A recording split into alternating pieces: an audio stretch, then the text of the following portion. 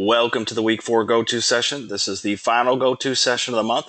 This one is going to be very short, everyone, whether you're here attending live or whether you're watching the recording after the fact, because I don't have much to go over this week.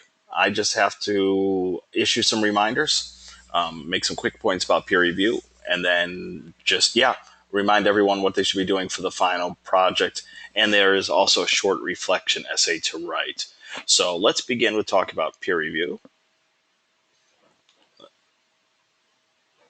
Let me get this in slideshow mode. There we go.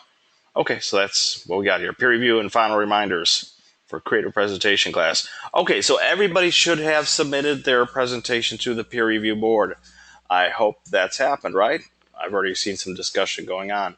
But everybody needs to put their presentation. If you can embed it, great. If you can put the link, that should be fine too.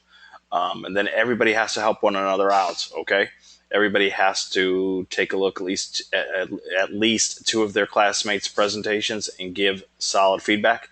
You have a specific sheet to look at. It's part of the activity. It was also sent out as an announcement for how to write decent feedback. But I have some general tips to offer here. And that first tip, of course, is to be positive. We're trying to give each other helpful advice. And yes, that means you'll discuss constructive suggestions for improvement, but the goal here is to be positive.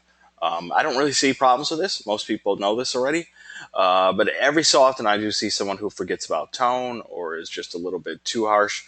These were drafts. Yes, as I said during last week's lecture, the draft should be in as strong shape as you can possibly have it, but they still are drafts. So some of the things you may point out, the person who created it may very well know what's going on. Or they might have placeholder visuals because stronger visuals are still to come. So make sure that you're being positive. Be specific, okay? It's very, very important to do that. I'm going through the drafts right now. I'm still grading them. I hope to have them finished tonight, or if not tonight, then tomorrow sometime. But yeah, I carefully watch every presentation. I take notes. I look at the visuals. I listen if there is a recorded voiceover. I listen to the voiceover, or I read the script. And then I'm very, very specific about making suggestions like, oh, during this part here, you weren't very specific about your skills that you supposedly learned during your 2 years at Full Sail. Or here you mention a project that you created, let's say a short film or a playable level if you're a game design person, or a short piece of animation. Right? Because remember, you're imagining yourself 2 years in the future as a recent Full Sail grad. So you're allowed to sort of invent within reason things that you could realistically accomplish. So I might point out when you mention this project here, you really didn't describe what it was, or you didn't give it a title, or you didn't give any details about it. You have to be specific as well. It's not enough to say, great job. You might want to proofread, or pretty good job, but some of the visuals could be stronger. Okay, which visuals? Which slide specifically? Always pinpoint your comments to something very, very concrete. And this should be common sense, even though some students accidentally do this. Obviously, when you're reading feedback from me or from another person, you want to know specifically where something needs improvement. You don't want to hear just general, broad, sweeping comments. And lastly, when you do offer suggestions for improvement, use softeners and qualifiers. The reason why I have the pills here that spell out the word love is because, you may not notice it, but I do this all the time. I'll say, I was a bit confused, or I was a little unsure, right? Because if you just come out and say things too directly, it might sound harsh, even though that's not your intention. That's part of the issue with online communication, is that a smile, tone of voice, those things don't come through. Only your words do. So be careful how you word things. That said, though, feel free. Please make suggestions for improvement. We've been studying this all month. Okay, week after week in the lectures, I've been teaching the basic concepts of this class. So if you see something that isn't following those concepts, absolutely point it out. If you see that someone has just created an old school presentation where they've just opened up PowerPoint and slapped the entire or a good portion of their presentation on slides in text form, let them know. Remind them that this doesn't follow the principles of the course. Encourage them to watch the previous go-to videos. Encourage them to read the textbook. Again, we've been studying this all month, so a lot of you are kind of experts now. whether you realize it or not. Now some reminders about the final presentation. Okay, so everybody's final presentation is due Sunday. You're going to get feedback from me. You're going to get feedback from at least 2 of your classmates. So you should be able to use all that feedback. Decide what makes sense and is helpful. Decide what is not. Be careful though. Don't just automatically toss something out because you don't like it or you don't agree with it. In general, if 2 or more people point out the same thing, it probably needs to be addressed. I'm the instructor, so it doesn't mean you absolutely have to agree with everything that I say, but probably what I'm going to say is accurate. So think it through before you decide that, oh, I disagree with David. I'm going to do things differently. Make sure that you go through all the feedback that you receive and consider it carefully. Okay, but I was saying that final projects, final presentations are due Sunday, so here's just a quick list of reminders that I've put on Post-it notes. Okay, so remember the basics. I've been saying this every week. I'm like a broken record. Some people get annoyed. They even write on their evaluations, teacher thinks we're stupid, even though I don't. Keeps repeating same things over and again. I do this because even though a lot of students get it, some students don't, or they're not watching the lectures, or they're not reading the chapters. So if I don't repeat it again and again and again, it doesn't sink in. But yeah, 3 to 5 minute presentation, okay? Aimed at prospective employers. And you're a recent Full Sail graduate, so you're imagining yourself 2 years in the future. I think everybody's got this part down, though. But in some of the planning documents, I got some plans for presentations that didn't even meet these basic requirements. People were picking topics of interest, or people were creating presentations on things, that interested them but weren't meeting the assignment. Reminder 2, this has to do with presentation tools. Okay? This PowerPoint, that's a popular choice, but PowerPoint is not the only presentation tool that you can use. PowerPoint is fine, though. I have no problems with it. It's probably my preferred choice, simply because I'm pretty familiar with it. But there are other options. Keynotes, if you own a Mac. Prezi, which is an online tool, okay? A pretty snazzy looking online presentation tool. Screen recording software or video recording software. Lots of people don't consider that as a presentation tool, but things like iMovie or Windows Movie Maker are great for presentations.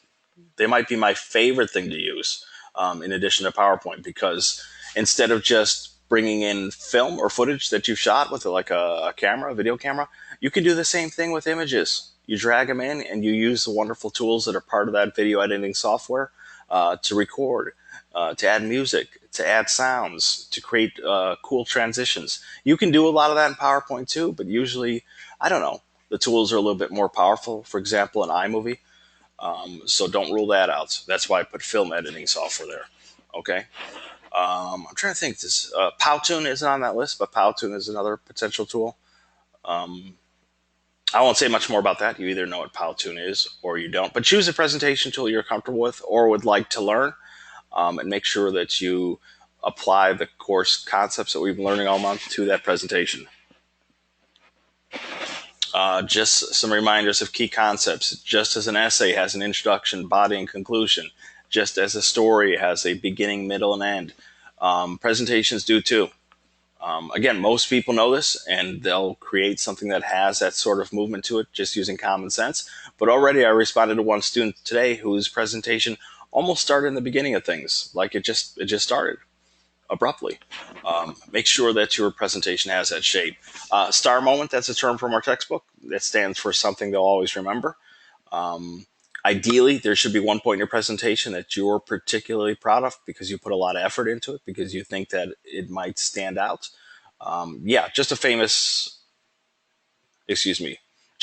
way. That's what I'm trying to think of. A fancy way of saying, a particular moment in your presentation that you're very, very fond of. Effective visuals, right? All month I've been repeating the same thing, that bad presentations, what most people do is just open up presentation software and choose a template and then start throwing bullet points and putting words on slides. And so many presentations, perhaps 90% look like that, but they're not terribly interesting. 21st century presentations are different. They use simple, effective visuals and limited use of text. And that acts as sort of the backdrop or visual anchor for what's really important, which is what you have to say. And then some other concepts that we covered last week, repeatable sound bites. That's just a fancy way of saying you're quite conscious of how you're wording things in your voiceover.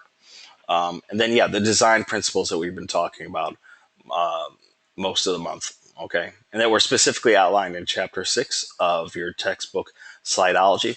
This means simple things like, not just throwing things, even visuals, anywhere on the slide, but you're actually paying some attention to alignment, that you're making things look nice and orderly.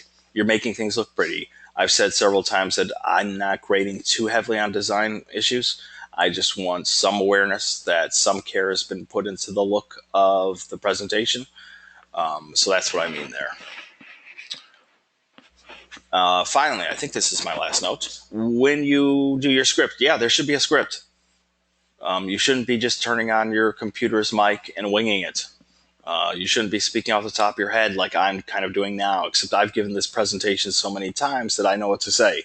But still, even now, I pause. Sometimes I stumble. Sometimes I search for the perfect word. That should not happen in your presentation because you have the ability to write a script, perfect it, and then record it. So some quick tips: record your script in chunks. In PowerPoint, if you use that, you can even record slide by slide. If you use some other more sophisticated tool, you should also have the ability to record things in chunks. That just puts less pressure on you to try to make it through all 3 or 4 minutes without stumbling once. It's much easier to go back and re-record 20 seconds of something than 3 or 4 minutes. Yeah, be sure that your voiceover is polished and professional. That should not be a problem if you're scripting things in advance. If you're recording carefully and going back to fix any mistakes that you might make, right? So yeah, the big thing here is to have a script. If you do that and put some effort into speaking, I guess that's my other point too, which is to put some effort and engagement into the voiceover, because every so often I hear that voiceover where the person sounds either muffled or too quiet or half asleep, and they don't even realize they sound that way. But you just do have to be a little bit more energetic and a bit more confident when you do the recording. And if possible, use a headset or mic. I'm using a headset right now. If not, you can certainly use your computer's built-in mic. Every computer has one, even if you can't see it, or it should have one. But make sure you're in a quiet place, okay, with as little ambient noise as possible. Actually, zero outside noise as possible. You'd be amazed how much the squeak of a sneaker or the sound of a plane passing by overhead, or maybe you have music on the other room and couldn't imagine that it's being picked up in the recording, but it is, okay? So yeah, be aware of all of that. Oh, and finally, proofread your work. Yeah, make sure that your text is free of errors. There's nothing more embarrassing than seeing a spelling error or some other awkwardness in a supposedly professional presentation. And because if you've been following the concepts of this class, simple, effective visuals, limited use of text, there shouldn't be that much text to proofread, okay? But because there's not that much text to proofread, I would argue that there's really no excuse for glaring errors. And finally, view, listen your presentation from the perspective of someone who is not you. That's something I mentioned in week 1. I've mentioned it a few other times. You can catch so much if you just pretend that you're not you and look at things as if you're seeing it for the first time with a fresh set of eyes. If you can do that, yeah, you'll notice lots of things that can be fixed. Okay, just some other real quick points. Well, we'll get back to question time. The assignment sheet. Here are the due dates. As you can see, everything's due Sunday. So the final draft of your presentation is due on July 24th. And I'm going to explain the self-reflection in just a second. Peer review is ongoing. Looks like only 9 people have participated, so maybe I have to send an announcement reminding more people to get their presentation up on the board. Here's the final project assignment sheet. I'm not going to say anything about this. Why? Because it's exactly the same one as the set of instructions used for this week's assignment, the draft. Okay, it's the same thing. Final draft, first draft. You go through the pages and you'll see the exact same things. Okay, so obviously if you haven't looked over this yet, please do. And lastly, yes, there's a short essay you have to write. Don't forget about this because there's a deduction of points if you don't do it. And it's not terribly difficult, so don't forget about it. And it's on your main activities page right here, portfolio competency, self-reflection. There's some explanation here, but the big stuff is down here in the second set of bullet points, right? You're going to write a short essay where you essentially have to answer these questions. I mean, please read the rest of this on your own, but essentially you're writing an essay. So you're not just copying this and putting it in a Microsoft Word document and then giving me a short one-sentence answer. No, you're answering these questions in essay form, okay? So that means writing in paragraphs.